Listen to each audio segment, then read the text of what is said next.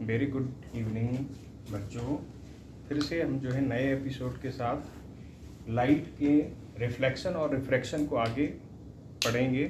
कल हमने पढ़ा था प्लेन मिरर के बारे में, ठीक है। प्लेन मिरर में इमेज कैसे बनती है, हम रिफ्लेक्शन कहाँ पर होता है, रिफ्रैक्शन कहाँ पर होता है। अब हम जो है आज पढ़ने जाएंगे कि ये जो रिफ्लेक्शन है वो प्लेन मिरर में नहीं, अब हम जो है पढ़ेंगे स्फेरिकल मिरर में। तो पहले तो हम जान लें कि स्फेरिकल मिरर क्या है, स्फेरिकल मिरर में रिफ्लेक्शन कैसे होता है, इन सारी चीज़ों को हम पढ़ेंगे इस एपिसोड में। तो यहाँ पर स्फेरिकल मिरर आपके जो है टू टाइप के होते हैं। यहाँ पर टू टाइप के कौन कौन से, एक को हम कॉन्वेक्स मिरर बोलते हैं और दूसरे को हम कॉनकेव मिरर बोलते हैं। किसको हम कॉनकेव मिरर बोलेंगे, किसको हम कॉन्वेक्स मिरर बोलेंगे, ये यहाँ पर जो है हम देखते हैं। जब आपका कर्व क्या हो, इनवर्ड हो, कर्व क्या हो, इनवर्ड हो, तो हम ऐसे मिरर को कॉनकेव मिरर बोलते हैं। यदि आपका कर्व क्या है, इनवर्ड है, तो उसको हम कॉनकेव मिरर। यदि आपका जो है कर्व आउटवर्ड है तो उसको हम बोलेंगे कॉन्वेक्स मिरर, ठीक है। तो यहाँ पर कॉनकेव मिरर और कॉन्वेक्स मिरर है। यहाँ आप देख रहे होंगे कि जो ये कर्व है ये इस तरीके से हमको लग रहा है जैसे हमने किसी स्फीयर से एक उसका पोर्शन काट करके जो है बाहर निकाल लिया हो। इसी तरीके से कॉन्वेक्स मिरर में भी हमें ऐसा लग रहा है कि जैसे हमने किसी स्फीयर का एक पार्ट जो है उससे निकाल करके बाहर निकाल लिया। बस हमें इतना ही समझना है। मिरर पहले से ही हम समझ चुके हैं, मिरर किसको बोलते हैं। मिरर जहां पर वन सरफेस आपका रिफ्लेक्टिंग सरफेस होगा, सेकेंड आपका हाईली पॉलिश्ड होगा। यहाँ पर भी इसी तरीके से वन सरफेस आपका रिफ्लेक्टिंग सरफेस होगा, दूसरा सरफेस आपका जो है हाईली पॉलिश्ड होगा, ठीक है। तो यहाँ हम अब इनमें से किसको हम क्या बोलते हैं, कौन कौन से वर्ड यहाँ पर यूज होंगे, ठीक है, इमेज फॉर्मेशन कैसे होगा, उन सारी चीज़ों को पढ़ने के लिए हम इनकी कुछ टर्मिनोलॉजी पढ़ लेंगे, किसको क्या बोलेंगे, ठीक है। तो जो भी हमारा ये मिरर है, स्फेरिकल मिरर है, उसका जो सेंटर पॉइंट है, जो मिडिल पॉइंट है, जो आपका मिडिल पॉइंट होगा उसको हम बोलते हैं पोल। क्या बोलते हैं, पोल। और इसको रिप्रेजेंट करते हैं कैपिटल P से। ये हमेशा मिरर पर लाई करता है। हम ऐसा क्यों बोल रहे हैं, देखिए मिरर का आपको इस तरीके से जो आपको दिखाई दे रहा है मिरर, वो मिरर एक्चुअल में होगा कैसे। यदि हम देखें तो वो मिरर का जो है ना सामने का पोर्शन आपका क्या होगा, सर्किल टाइप का होगा, और ये इस तरीके से इनवर्ड होगा। यहाँ पर मतलब कि जैसे हम कॉनकेव मिरर की बात कर रहे हैं तो कॉनकेव मिरर में जो मिडिल पोर्शन होगा उसकी थिकनेस कम होगी कंपेयर टू एजेस, ठीक है। यहाँ पर इसी तरीके से कॉन्वेक्स मिरर में भी होगा। ये जो बीच वाला पोर्शन है ये आपका क्या होगा, आउटवर्ड होगा, ठीक है। यहाँ पर थिकनेस जो है, जो मैंने आपको बताया थिकनेस, वो हमें लेंस में देखने को मिलेगी, मिरर में हमारा कोई जरूरी नहीं है। यहाँ पर ये जो हमारा केवल रिफ्लेक्टिंग सरफेस है वो आपका, यदि ये कर्व इनवर्ड है तो वो कॉनकेव होगा, और यदि आउटवर्ड है तो वो कॉन्वेक्स मिरर होगा। दूसरा हमारा क्या है कि इस स्फीयर का कोई ना कोई सेंटर होगा, है ना। जिस भी स्फीयर से हमने ये पोर्शन लिया है, चाहे वो कॉनकेव मिरर का हो या कॉन्वेक्स मिरर का, यदि हम उसको कंप्लीट करेंगे, उस स्फीयर को कंप्लीट करेंगे तो उसका कोई ना कोई सेंटर होगा, ठीक है। इसी सेंटर को हम, इस पॉइंट को सेंटर ऑफ कर्वेचर बोलते हैं। क्या बोलते हैं, सेंटर ऑफ कर्वेचर। और इसको हम कैपिटल C से डिनोट करते हैं। तो ये आपका जो है सेंटर ऑफ कर्वेचर है। ये आपके कॉनकेव मिरर के लिए जो आपका सेंटर ऑफ कर्वेचर है वो आपके रिफ्लेक्टिंग सरफेस के in front of reflecting surface होगा, ये बिहाइंड रिफ्लेक्टिंग सरफेस होगा। यदि हम इसकी बात करेंगे, यदि हम इसको भी इसी तरीके से कंप्लीट करें तो कंप्लीट करने पर हमको जो सेंटर मिलेगा वो आपका सेंटर ऑफ कर्वेचर होगा, और इसको भी हम कैपिटल सी से डिनोट करेंगे। ये कॉन्वेक्स मिरर के लिए है, इसका जो सेंटर ऑफ कर्वेचर है ये बिहाइंड मिरर होगा। ठीक है, फिर इसके बाद इस पॉइंट से जो ये स्फीयर हमने बनाया है, इस स्फीयर की कोई रेडियस होगी, ये इसकी क्या होगी, रेडियस होगी। तो इसको हम बोलते हैं रेडियस ऑफ कर्वेचर। क्या बोलते हैं, रेडियस ऑफ कर्वेचर। ठीक है, ये हमारा कर्वेचर हो गया, ये उसकी रेडियस हो गई। तो रेडियस ऑफ कर्वेचर इसको हम कैपिटल आर से डिनोट करते हैं। तो हमने जो है दो तीन चीजें देखी कि जो हमारा मिरर कॉनकेव मिरर था या कॉन्वेक्स मिरर था, स्फेरिकल मिरर में यहाँ पर हमने जो इसका मिडिल पॉइंट है उसको हम पोल बोलते हैं, पोल को हम कैपिटल पी से डिनोट करते हैं। ये स्फेयर, जो स्फेयर के ये हमने मिरर लिए हैं, स्फेरिकल मिरर लिए हैं, ये किसी न किसी स्फेयर के क्या है, पार्ट है। इसलिए यदि स्फेयर को कंप्लीट किया जाए तो वहाँ पर जो उसका सेंटर होगा उसको हम सेंटर ऑफ कर्वेचर बोलते हैं, उसको हम कैपिटल सी से डिनोट करते हैं। इसी तरीके से सेंटर ऑफ कर्वेचर से पोल तक की डिस्टेंस, ये आपकी जो है रेडियस ऑफ कर्वेचर हो जाएगी, क्योंकि ये आपका जो है इसी स्फीयर का रेडियस है। ठीक है,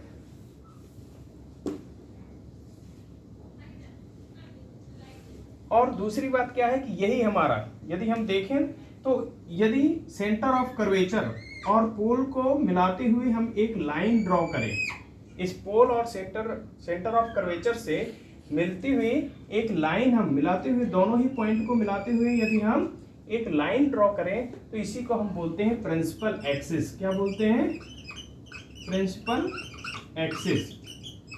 ठीक है, ये आपकी हो जाएगी प्रिंसिपल एक्सिस।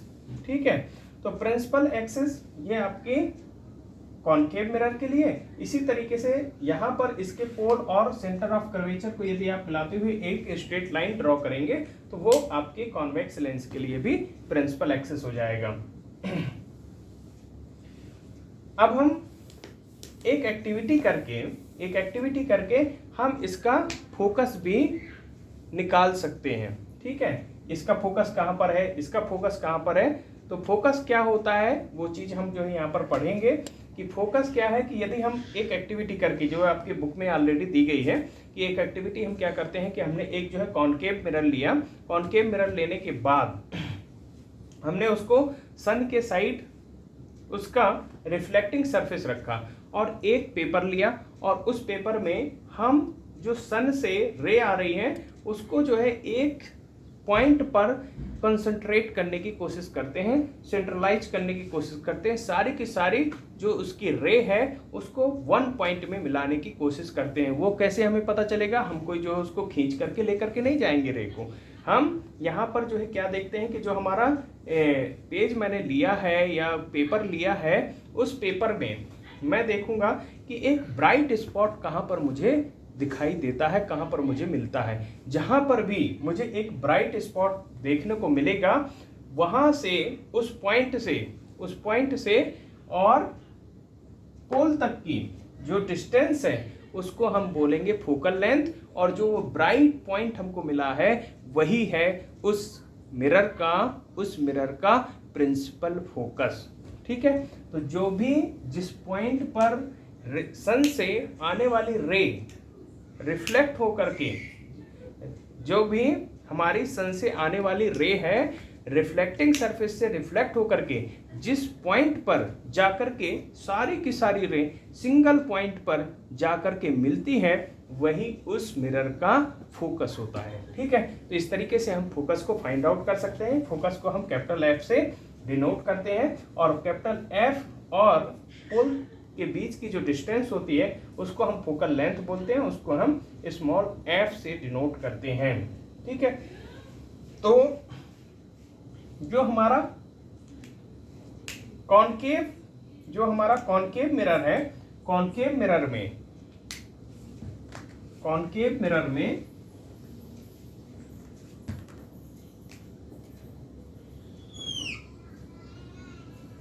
जब हमारी सन से रे आती हैं तो हम सन हमारा कहाँ पर है उसको हम इन्फिनिटी में मानते हैं, है ना। तो जब हमारा सन से रे आती है तो जो भी हमारी सन से रे आ रही हैं वो सारी की सारी हमारी क्या होती हैं, प्रिंसिपल एक्सिस के पैरेलल होती हैं। क्या होती हैं, प्रिंसिपल एक्सिस के पैरेलल होती हैं। अब यदि ये सारी की सारी प्रिंसिपल एक्सिस के क्या हैं, पैरेलल हैं, तो ये जब पैरेलल हैं, इन्फिनिटी से आ रही हैं, सन से आ रही हैं, तो उसके बाद ये रिफ्लेक्ट होकर के फोकस से होकर के जाती हैं, सिंगल पॉइंट से होकर के जाएंगी। ये सारी की सारी जितनी भी रे हैं, ये सारी की सारी सिंगल पॉइंट, जो हमने अभी एक्टिविटी की थी ना, उस एक्टिविटी से हम इसको एडजस्ट करके एक सिंगल पॉइंट में ब्राइट स्पॉट जो है लेकर के आते हैं, है ना।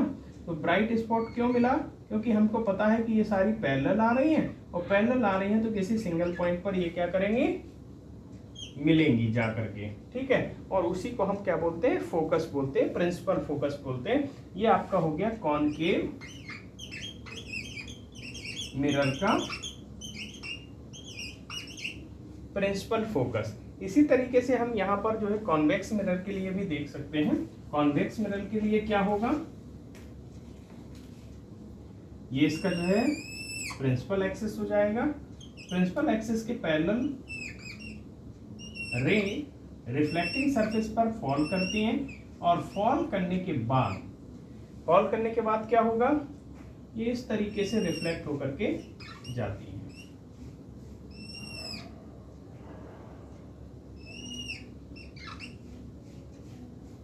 इस तरीके से रिफ्लेक्ट होकर के जाती हैं। तो अब आप यहाँ पर देख रहे होंगे कि ये रे जब आगे बढ़ेंगी रिफ्लेक्शन के बाद, तो इनके बीच की जो डिस्टेंस है वो कंटिन्यू क्या होती जा रही है, इंक्रीज होती जा रही है। तो यदि ये डिस्टेंस कंटिन्यू इंक्रीज होती जाएगी तो ये आपस में कभी भी मिलेंगी नहीं, तो हमें कोई इमेज मिलेगी नहीं उसकी। तो हमें जब ऐसी हमें कंडीशन दिखाई देती है, तो उस कंडीशन में हम क्या करते हैं, जब भी कभी रे की डिस्टेंस कंटिन्यू बढ़ती जाए तो हमें उसके आगे इमेज ढूंढने की ज़रूरत नहीं है। हमें उस रे को इमेजिनरी हमें पीछे लाइन ड्रॉ करनी पड़ती है, ठीक है, उनको एक्सटेंड करना होगा। इस तरीके से हम इसको क्या करेंगे, एक्सटेंड करते हैं, और जहां से appearing to come from to point of principal axis, जिस भी प्रिंसिपल एक्सिस के जिस पॉइंट से रे आती हुई हमें महसूस होती है, वही उसका क्या हो गया, प्रिंसिपल फोकस हो गया, ठीक है। तो ये है आपके कॉन्वेक्स मिरर के लिए। कॉन्वेक्स मिरर में क्या है, appearing to come from a single point of principal axis, ठीक है, प्रिंसिपल एक्सिस के किसी सिंगल पॉइंट से, यानी सिंगल पॉइंट से हमें आती हुई महसूस हो रही हैं, ठीक है। तो उस पॉइंट को हम क्या बोल देते हैं, प्रिंसिपल फोकस, ठीक है। और यहाँ पे यदि हम कॉन्वेक्स कॉनकेव मिरर की बात करें, तो यहाँ पर रियल में वो किसी पॉइंट पर मिलती हैं। तो आप जो कई लोगों को ये डाउट रहता है कि रियल इमेज क्या होती है, वर्चुअल इमेज क्या होती है। रियल इमेज और वर्चुअल इमेज के लिए पहले भी मैंने बताया है, कल भी मैंने बताया था, आज भी बता रहा हूँ कि वर्चुअल इमेज और रियल इमेज दोनों में केवल एक ही डिफरेंस है, ठीक है। जहाँ पर भी आपकी रे, जो आपकी लाइट की रे है, वो यदि रियल में मिल रही है, ठीक है, हमें एक्सटेंड ना करना पड़े, हमें इमेजिनरी लाइन ड्रॉ ना करनी पड़े, ठीक है। तो यदि रियल में मिल रही हैं तो वहाँ पर आपको रियल इमेज ही मिलेगी। यदि आपकी लाइन आगे जा करके कहीं भी मिलने की गुंजाइश ही नहीं है, आगे इमेज बनेगी ही नहीं, तो जब हम पीछे हम डॉटेड लाइन हम आगे बढ़ाते हैं, तो वो जहाँ पर क्रॉस करती है वहाँ पर उसकी इमेज बनेगी, और वो इमेज आपकी वर्चुअल होगी। दूसरी बात क्या है कि यदि आपकी इमेज रियल है तो उसको हम स्क्रीन में क्या कर सकते हैं, स्क्रीन में उसको हम देख सकते हैं, ठीक है, उसको हम स्क्रीन में फॉल करवा सकते हैं, उस इमेज को देख सकते हैं। लेकिन जो वर्चुअल इमेज है उसको हम स्क्रीन पर नहीं देख सकते हैं, ठीक है। तो इस तरीके से आप इन दोनों में डिफरेंस समझ सकते हैं, ठीक है। इसके बाद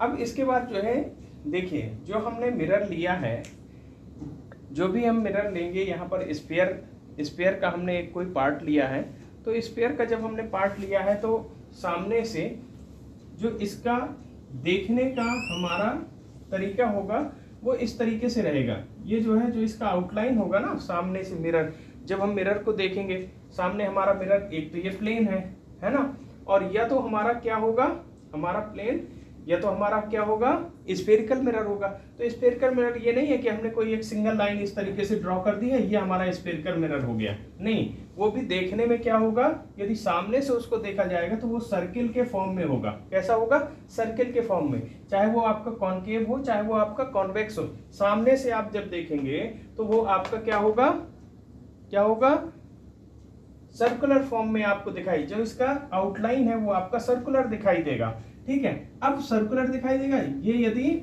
आपका कॉनकेव है तो ये बीच में क्या होगा, धंसा हुआ होगा। ठीक है, इसका जो कर्व है वो आपका इनवर्ड होगा, अंदर साइड को धंसा हुआ होगा। यदि यही चीज आपका कॉनकेव कॉन्वेक्स मिरर है तो ये आपका, ये भी आपका जो, यदि सामने से आप देखेंगे तो ये भी आपको जो है कैसे दिखाई देगा, सर्कुलर दिखाई देगा। लेकिन इसका जो पोर्शन है, जो कर्व पोर्शन है वो आउटवर्ड साइड होगा, कर्व पोर्शन आउटवर्ड होगा, बाहर की ओर निकला हुआ होगा। ठीक है, बल्ज्ड होगा।